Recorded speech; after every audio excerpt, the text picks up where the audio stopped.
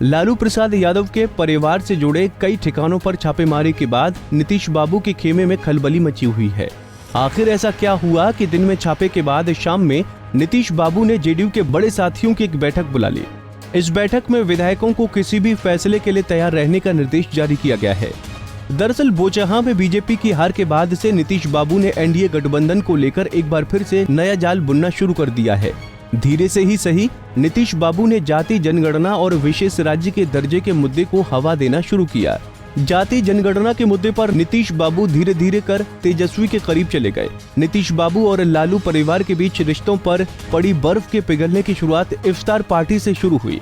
हद तो ये हो गई कि नीतीश बाबू पैदल चलकर आरजेडी के इफ्तार पार्टी के लिए राबड़ी आवास पहुंचे। इस इफ्तार पार्टी में नीतीश बाबू और लालू परिवार के बीच एक मधुर रिश्ता बनता नजर आया और नीतीश बाबू ने जेडीयू की इफ्तार पार्टी में तेजस्वी और तेज प्रताप को बुलावा भेजा। इस बुलावे पर तेजस्वी और तेज प्रताप भी खुशी खुशी शामिल हुए और बड़े ही सौहार्दपूर्ण माहौल में हुए इस मिलन समारोह में नीतीश बाबू की लालू परिवार से नजदीकी खुलकर सामने आ गई। इफ्तार के खत्म होने के बाद नीतीश बाबू तेजस्वी और तेज प्रताप को बाहर तक छोड़ने आए। इफ्तार पार्टी से शुरू हुई दोनों दिग्गजों के रिश्तों में धीरे धीरे और भी गर्माहट आती गई। हाल ही में जाति जनगणना के मुद्दे पर नीतीश बाबू ने तकरीबन 1 घंटे तक तेजस्वी से चर्चा की है।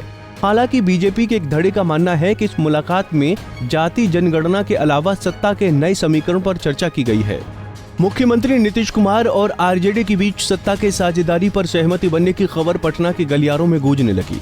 हालांकि इस साझेदारी के फॉर्मूले के बारे में कोई साफ तस्वीर सामने नहीं आई है, लेकिन इस बारे में पटना के सियासी गलियारों में 2 तरह की चर्चा हो रही है। एक तो ये कि 2024 तक नीतीश बाबू ही मुख्यमंत्री रहेंगे और आरजेडी उनका साथ देती रहेगी। साथ ही 2024 के लोकसभा चुनाव में नीतीश बाबू तीसरे मोर्चे का नेतृत्व करते हुए प्रधानमंत्री पद के लिए मोदी को चुनौती देंगे। वहीं दूसरी चर्चा ये है कि तेजस्वी के हाथ में बिहार की बागडोर होगी और नीतीश बाबू अभी से 2024 की लोकसभा चुनाव की मुहिम में जुट जाएंगे।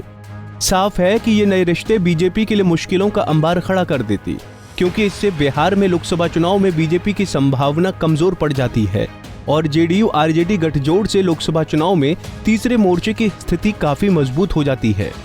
ऐसा नहीं है कि बीजेपी के आलाकमान को बिहार में पक रही सियासी खिचड़ी के बारे में जानकारी नहीं है।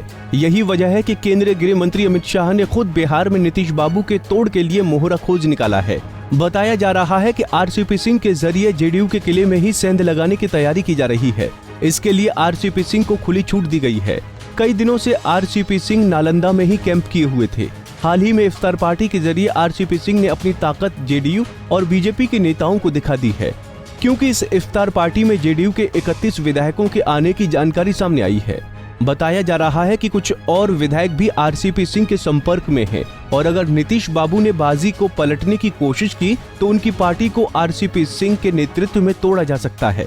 वहीं दल बदल की सूरत में बीजेपी कोटे के स्पीकर विजय कुमार सिन्हा नीतीश बाबू के लिए मुश्किलें खड़ी कर सकते हैं।